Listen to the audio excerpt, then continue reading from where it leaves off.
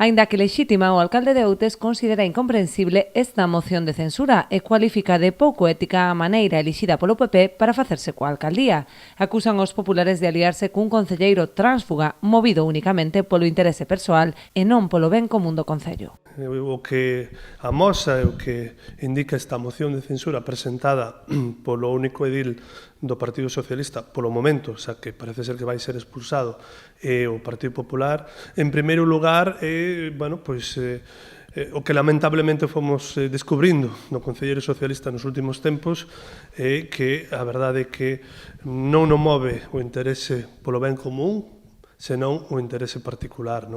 Esa é unha primeira cuestión, pero que tamén, no caso do Partido Popular, nos parece absolutamente incomprensible, en particular, tamén retrata de alguma maneira o portavoz do Grupo Popular, o señor Francisco Calo, quen podendo agardar a unhas eleccións para chegar á alcaldía, prefire pactar con un tránsfuga, o cal indica que calquera opción é válida para ocupar o poder.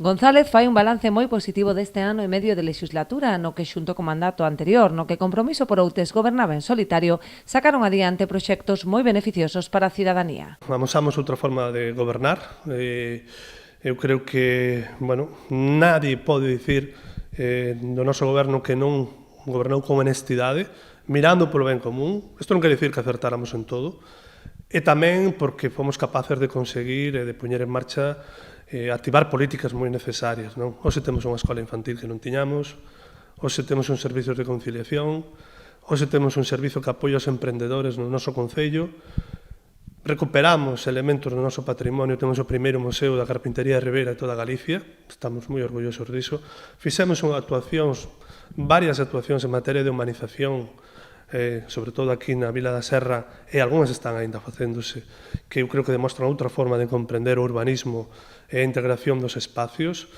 Traballamos para mellorar o sistema de saneamento, pusemos en marcha a estación depuradora de aguas residuais que levaba décadas, nunca funcionou adecuadamente, seguimos invertindo en mellorar esa rede que tiña moitas deficiencias e sigue tendoas.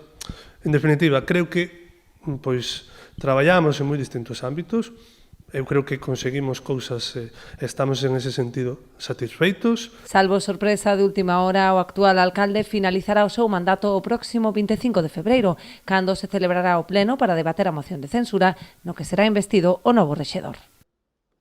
O voceiro do BNG e tenente alcalde de Outes, Anxo Núñez, foi aínda máis crítico co edil socialista. Acúsao de venderse aos populares, traizoando os votantes que lle outorgaron a súa confianza cando concorreu ás eleccións baixo as siglas socialistas. É unha moción de censura da infamia, porque pode ser legal, pero nós non a consideramos lexítima, porque o que están é atentando contra o sentir mayoritario da veciñanza que se expresou nas urnas no 2023. E nós entendemos que había esta persona tránsfuga que se presentou pola lista do PSOE, os votantes do Partido Socialista non o votaron para que fixera un pacto co Partido Popular. Calquera sabe que a xente que nos votou no 2023, unha das cuestións que era transversal era evitar volver ao pasado, evitar volver aos gobernos do Partido Popular que nos últimos anos deixaron un goberno e un concello en completo abandono, con as infraestructuras totalmente ineficientes e que causaban un montón de problemas á veciñanza. E nós estábamos justamente traballando para arranxar ese tipo de cuestións. E foi polo que nos presentamos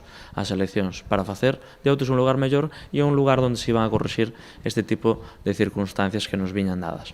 Considera o voceiro nacionalista que non existe motivación política para rachar co goberno, posto que a legislatura transcorreu ata o momento sen conflitos. Alude, pola contra, a outro tipo de intereses. Houbo sempre unha cordialidade e, de repente, esta persoa, un día, aparece na prensa dicindo que vai reflexionar como Pedro Sánchez, que, permitideme, parece casi unha broma de mal gusto a veciñanza, porque, de feito, é o que se viviu durante esas semanas. De repente, tamén enterámonos casi pola prensa, enterámonos porque vimos o papel, porque ele non apareceu nin para dicir adiós.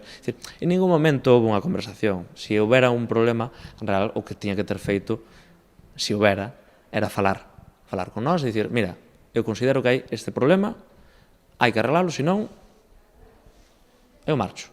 Pero non houve nada disso, que non houve ningún problema. Aquí o único que hai son uns intereses espurios, que non sabemos cales son, uns intereses persoais, e veremos, efectivamente, que lle vai dar o Partido Popular, porque o Partido Popular que lle explica a veciñanza, porque se vende a este prezo. E a que prezo se vende? A que prezo lle compra o Concello de Outes a un tránsfuga? Porque hai moitas maneiras de chegar en política. Nós marchamos ca cabeza moi alta, pero hai moitas maneiras de chegar. Nós chegamos co apoio da veciñanza, chegamos cumplindo un mandato democrático.